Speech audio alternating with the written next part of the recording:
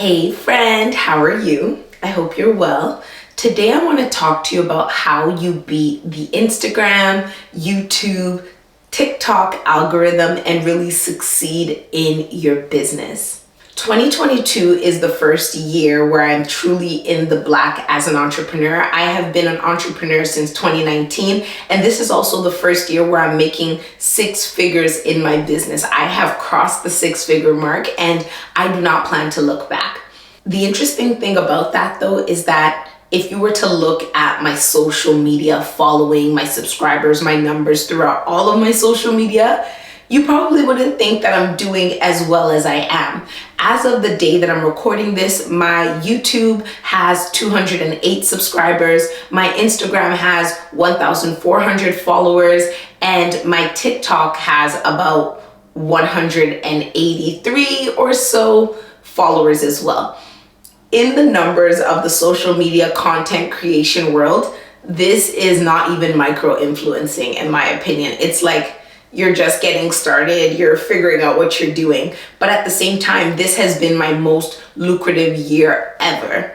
One of the hardest things that you really deal with in this social media world, in this content creation world, in having your business online is the algorithm. It is constantly changing. On Instagram, they're saying that you need to do reels, but your reel should be about 5 to 7 seconds. On YouTube, they're pushing shorts more than anything, and it can seem like you're constantly chasing your tail.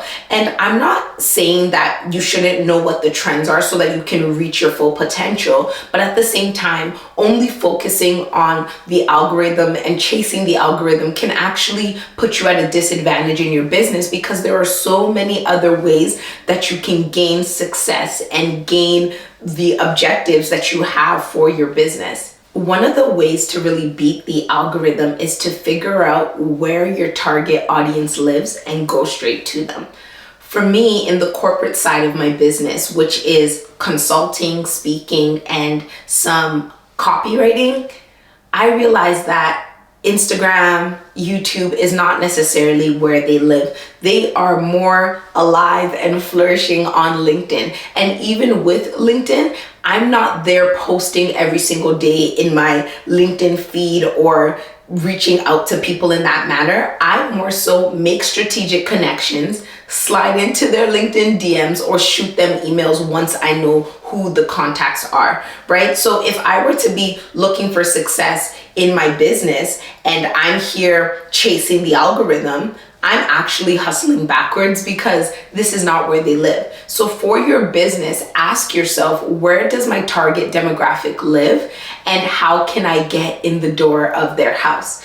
And then you can use your content that you've already created, even when your numbers are low, to enter into their house strategically and really show them your subject matter expertise and why they need to work with you and you're the best option available. If you realize that your ideal customer base doesn't even live in the spaces where you have been creating content, that doesn't mean it's a waste. This is just another way for you to beat the algorithm because you are able to leverage your content. I recently had an interview for an opportunity that I was really excited for. And after I got the opportunity and I was speaking with the hiring manager, they actually told me that when we saw your resume and the work that you do, and you put a link to the fact that you have a podcast and you're on YouTube, I actually went and looked at some of your videos, and watching your videos allowed me to understand that, one, you knew about this subject, and two, the way and the style that you presented with.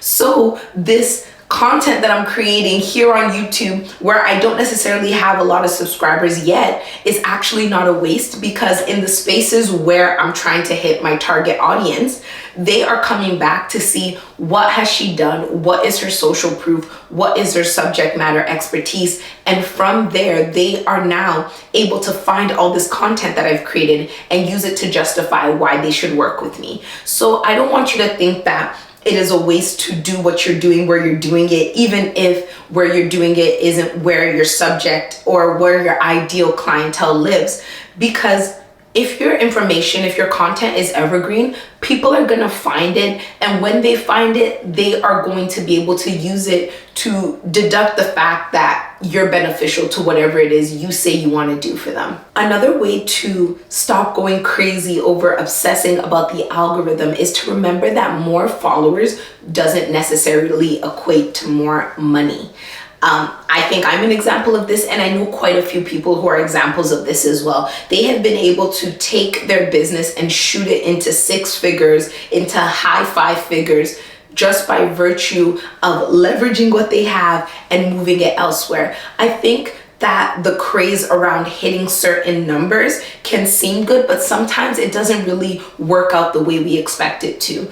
I've been noticing something a lot on TikTok where individuals who have amassed huge followings on TikTok have a meet and greet or start to sell a product or collab with somebody to sell a product, and their product doesn't sell, or they have that meet and greet, and unfortunately people don't show up.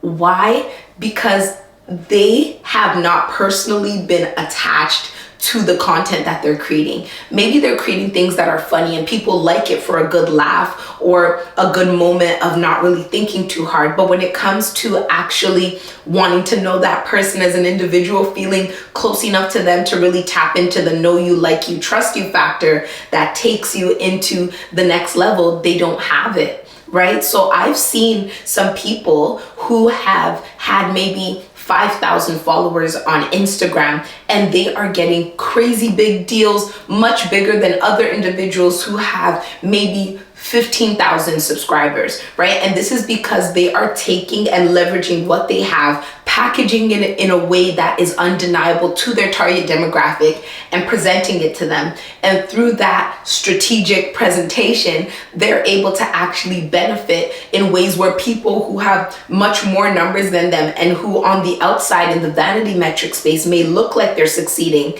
So I want you to not necessarily think that I can't get into the spaces I want to get into because I don't have the numbers yet. What do you have right now that can get you there? What do you have that can open the door enough, even if it's just a tiny little crack, so that when you step into that room, you can then show them everything you have that maybe the vanity metrics of numbers isn't really going to show for you. The final way to really beat the algorithm is to figure out your best mode of impact.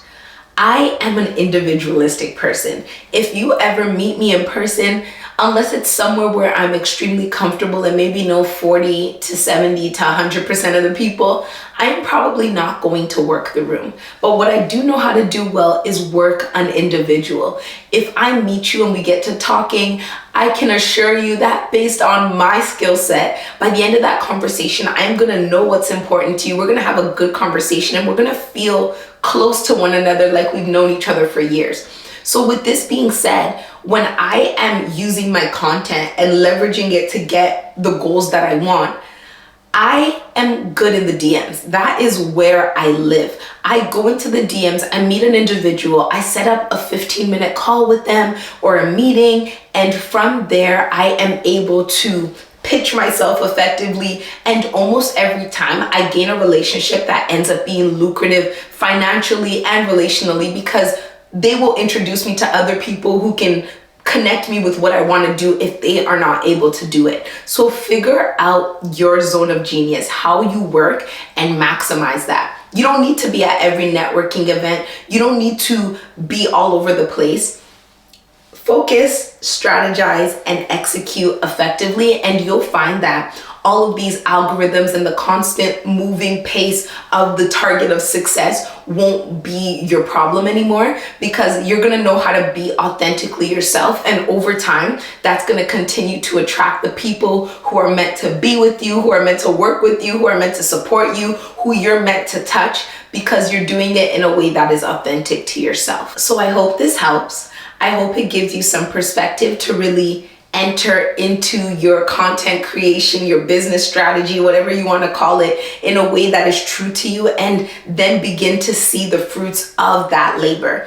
Don't get me wrong, you should still know what the trends are. As you're continuing your marketing strategy, figure out what the trends are and align yourself with that in a way that is true and honest to you. But don't feel like this is the only way to find success, because there are so many more ways to do it. So I want you to continue to do the work.